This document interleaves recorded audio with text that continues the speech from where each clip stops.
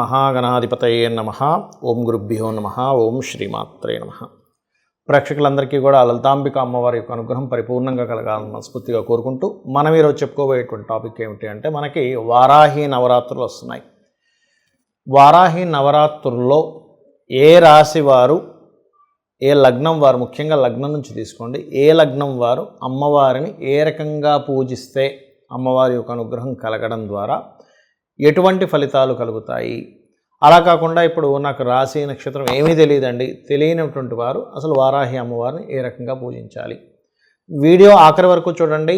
అసలు వారాహి అమ్మవారిని పూజించడం వల్ల కలిగేటువంటి ఫలితాలు ఏమిటి, అసలు పూజించవచ్చా పూజించకూడదా, ఏ సమయంలో పూజించాలి, ఏ సమస్య ఉన్నటువంటి వారు ఏ రకమైనటువంటి నైవేద్యం పెట్టాలనేటువంటి విషయాలన్నీ కూడా నేను మీకు చెప్తాను. మీనలగ్నము, మీనరాశి. మీకు ప్రస్తుతం పాపకత్తెరలో ఉంది మీ యొక్క రాశి ఏదైతే ఉందో, మీ లగ్నం అనుకోండి, రాశి అనుకోండి. అంటే లగ్నంలో రాహు ఉంటూ 2వ స్థానంలో కుజుడు, 12వ స్థానంలో శని ఉన్నాడు. అంటే ఇలాంటి సమయంలో ఎటువంటి కండిషన్స్ ఉంటాయంటే అన్నీ ఉన్నట్టే ఉంటాయి కానీ ఎక్కడో స్ట్రక్ అయిపోయినట్టుగా ఉంటుంది. ఎలా అంటే ఒక ట్రాఫిక్లో ఒక కారో బైకో స్ట్రక్ అయిపోతుంది చూసారా, అంటే ముందుకు వెళ్దామంటే వెళ్ళలేకపోతుంటారు, వెనక్కి రాలేకపోతుంటారు. ఇటువంటి కండిషన్స్ అనేవి ఏర్పడుతూ ఉంటాయి. ఇటువంటి సమయంలో మీరు చేయవలసింది ఏమిటి, అసలు వారాహి అమ్మవారిని ఏ రకంగా కొలవాలి అని చెప్పి చూసినట్లయితే, వీలైతే వారాహి అమ్మవారి యొక్క విగ్రహం కనుక ఉన్నట్లయితే పాలతో అభిషేకంలా చేసినట్లయితే మరింత మంచి ఫలితాలు ఉంటాయి. అదేవిధంగా తెల్లటి పుష్పాలు అంటే మల్లెపువ్వులు కావచ్చు, అలాంటి పుష్పాలతో అర్చించండి అమ్మవారిని. చక్కగా అమ్మవారి పటం పెట్టుకోవచ్చు, అలంకరణ చేసుకోవచ్చు. విశ్వంలో ప్రతి దేవతా స్వరూపం ఉంటుంది, గుర్తుపెట్టుకోండి. ఈ దేవతను చేయాలి చేయకూడదని కాదు. అయితే దీని గురించి పూర్తి వివరణ నేను మీకు వీడియో ఎండింగ్లో ఇచ్చాను. వీడియో ఎండింగ్ వరకు చూస్తే మీకు పూర్తి వివరణ అనేటువంటిది అందుతుంది. అయితే ఇక్కడ పర్టికులర్గా మీరు అర్థం చేసుకోవాల్సిన విషయం ఏంటంటే, ఈ యొక్క వరాహి అమ్మవారి స్తోత్రపఠనం చేసేటప్పుడు వరాహమూర్తిని కూడా స్మరించండి. మరియు పాయసాన్నాన్ని నైవేద్యంగా పెట్టండి, లేనట్లయితే దద్దోజనాన్ని కూడా నైవేద్యంగా పెట్టవచ్చు. మరియు అదేవిధంగా మీరు పాలని మరియు పంచామృతాన్ని తయారు చేసి నైవేద్యంగా పెట్టడం, అంటే పాలు, పెరుగు, మనకి తేనె ఈ రకంగా కలుపుతారు, వాటిని కలిపి నైవేద్యంగా పెట్టడము చేసినట్లయితే కూడా మీకు మంచి ఫలితాలు వస్తాయి. ముఖ్యంగా ఆగిపోయినవి కొన్ని ఉంటాయి. మనం చూడండి, అన్నీ స్ట్రక్ అయిపోయాయని చెప్పుకున్నాం స్టార్టింగ్లో. ఏదైనా కొన్ని పనులు మొత్తం ఆగిపోయినట్టుగా ఉంటుంది. అలా ఆగినటువంటి స్థితి నుంచి మీరు బయటపడతారు.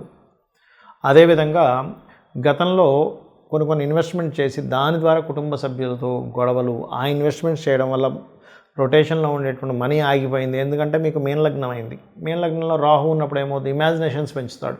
అంటే పలానా పని చేస్తే నాకు పలానా లాభం వస్తుంది, ఎక్కువ ఇమాజినేషన్లోకి వెళ్ళిపోయి ఏదో ఇన్వెస్ట్మెంట్ చేస్తాము. ఆ ఇన్వెస్ట్మెంట్ చేసినటువంటిది ఏదైతే ఉందో అది స్ట్రక్ అయిపోయింది. అయితే లక్కీగా ఇప్పుడు ఏంటంటే మీకు 12వ స్థానంలో ఉండేటువంటి శని భగవానుడు వక్రించాడు.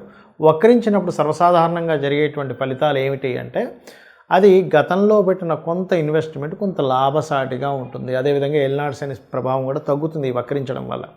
కాబట్టి మీరు ఎప్పుడైతే అమ్మవారికి ముఖ్యంగా మీరు పాయసాన్నము ఇలాంటివి చేస్తూ ఎర్రటి తెల్లటి పుష్పాలతో పూజ చేయడము, అదేవిధంగా గోవుకి బెల్లము 4 ఉండలుగా తయారు చేసి మరియు పిండి బెల్లము కలిపి, అంటే బియ్యం పిండి బెల్లము కలిపినటువంటి పదార్థాన్ని 4 ఉండలుగా చిన్న ఉండలుగా చేయండి, మరి పెద్దగా చేయకండి.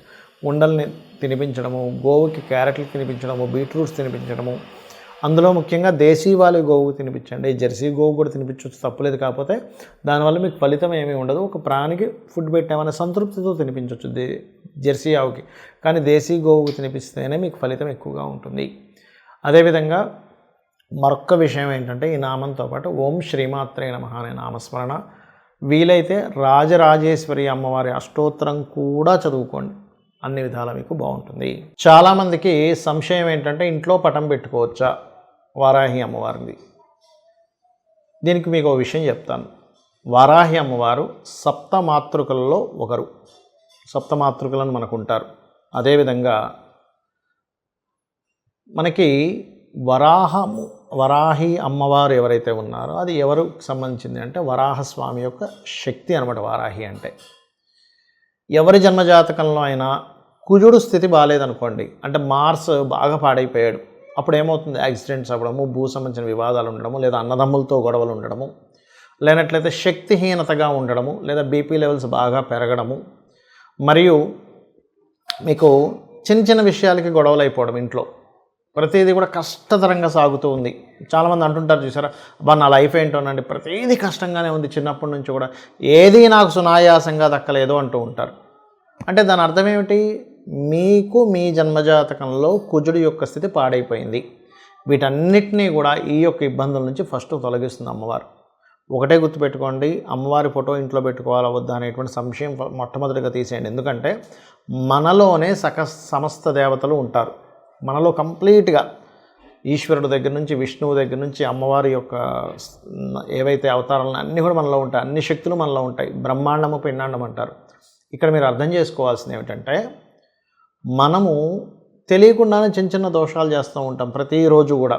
సూర్యోదయం అయిన తర్వాత మలమూత్ర విసర్జనలు చేయడం, అదేవిధంగా ఒక్కొక్కసారి సందర్భం లేకపోయినా సరే ఏదో ఒక మాట మాట్లాడడం, అబద్ధం చెప్పడం, ఇట్లాంటి ఇవన్నీ చాలా పెద్ద పెద్ద దోషాలు. అసలు అటువంటివన్నీ మనం మర్చిపోయి ఇంట్లో ఫోటో పెట్టుకోవచ్చా పెట్టుకోకూడదా, పూజించవచ్చా పూజించకూడదా అనేటువంటి పిచ్చి పిచ్చివన్నీ మనం ఆలోచిస్తూ ఉంటాం. కాబట్టి పొరపాటును కూడా మీరు అమ్మవారు అది అనే భావంతోనే చూడండి. కానీ ఇదొక, ఎందుకంటే లలిత అమ్మవారి దగ్గర వారాహి మరియు శ్యామల అమ్మవారు ఇద్దరూ ఉంటారు. ఈ యొక్క వారాహి అమ్మవారి పూజిస్తే ఎటువంటి ఫలితాలు కలుగుతాయి అంటే, ముఖ్యంగా స్థిరత్వం అనేటువంటిది పెరుగుతుంది. స్టెబిలిటీ అంటారు చూసారా. కొంతమంది అంటుంటారు, ఏమండి మా పిల్లవాళ్ళు ఎందుకో, మా అబ్బాయి లేదా మా అమ్మాయి కుదురుగా ఉండట్లేదండి. కుదురునిస్తుంది, కుదురునిచ్చేటువంటి అమ్మవారు వారాహి అమ్మవారు. అలాగే రెండవది ఏంటంటే, నేను ఉద్యోగంలో ఒక దగ్గర స్థిరంగా ఉండలేకపోతున్నానండి, మాటిమాటికి మారిపోవాల్సి వస్తుంది. అది ఎందుకు జరుగుతుంది? మీ జన్మజాతకంలో దశమ స్థానము అంటారు. అంటే వృత్తి స్థానాధిపతి కనుక చర రాశి సంబంధం కానీ చరగ్రహాలతో సంబంధం కానీ కలిగినప్పుడు ఏమవుతుంది, ఒక దగ్గర కుదురుగా ఉండలేరు. ఒక 6 నెలలు ఒక దగ్గర చేస్తే వెంటనే మానేసి మళ్ళీ ఇంకో దగ్గర షిఫ్ట్ అవ్వడం, లేకపోతే ప్లేసులు మాటిమాటికి మారడం. అది సింగిల్గా బ్యాచులర్గా ఉన్నంతసేపు బాగానే ఉంటుంది, కానీ ఒక ఫ్యామిలీతో ఉన్నప్పుడు చాలా ఇబ్బందిగా ఉంటుంది. వాళ్ళ పిల్లల చదువుల విషయంలో కానీ, లేకపోతే ఇన్సెక్యూరిటీ వస్తూ ఉంటుంది. కాబట్టి ఆ ఇన్సెక్యూరిటీ ఫీలింగ్ అనేటువంటిది తొలగిస్తుంది. మనిషిలో ఉండేటువంటి చంచలత్వాన్ని తగ్గిస్తుంది వారాహి అమ్మవారు. అదేవిధంగా చూడండి, దారిద్ర నాశనము చేస్తున్నట్టు అమ్మవారు. అయితే ఈ అమ్మవారి యొక్క పూజ ఎప్పుడైనా గుర్తుపెట్టుకోండి, రాత్రి సమయంలో, అంటే అసుర సంధ్య సాయంత్రం తర్వాత చేయాలి. వారాహి అమ్మవారు చక్కగా పటం పెట్టుకొని మీరు పుష్పాలతో కానీ, అక్షింతలతో కానీ, లేనట్లయితే కుంకుమతో కానీ, పసుపుతో అయినా, గంధంతో అయినా సరే అమ్మవారిని పూజించవచ్చు. ఇక్కడ ఒక్కొక్క ఇబ్బందికి ఒక్కొక్క నైవేద్యం పెట్టవచ్చు. అంటే అలాగా హ్యాపీనెస్ లేదు, పాయసాన్నం. అంటే లైఫ్లో ఒక స్వీట్నెస్ లేదు, పాయసాన్నం పెట్టాలి. లేదండి మేము శని ప్రభావంతో చాలా ఇబ్బంది పడుతున్నాము, గూడాన్నము బెల్లంతో చేసినటువంటి నైవేద్యం పెట్టండి. అలా కాదండి, మేము గురుబలం లేక మాకే పనులు అవ్వట్లేదు, మీరు పసుపు అన్నము, హైద్ర అన్నం అంటారు, అంటే పసుపుతో తయారు చేసినటువంటి పులిహోర లాంటిది పెట్టవచ్చు.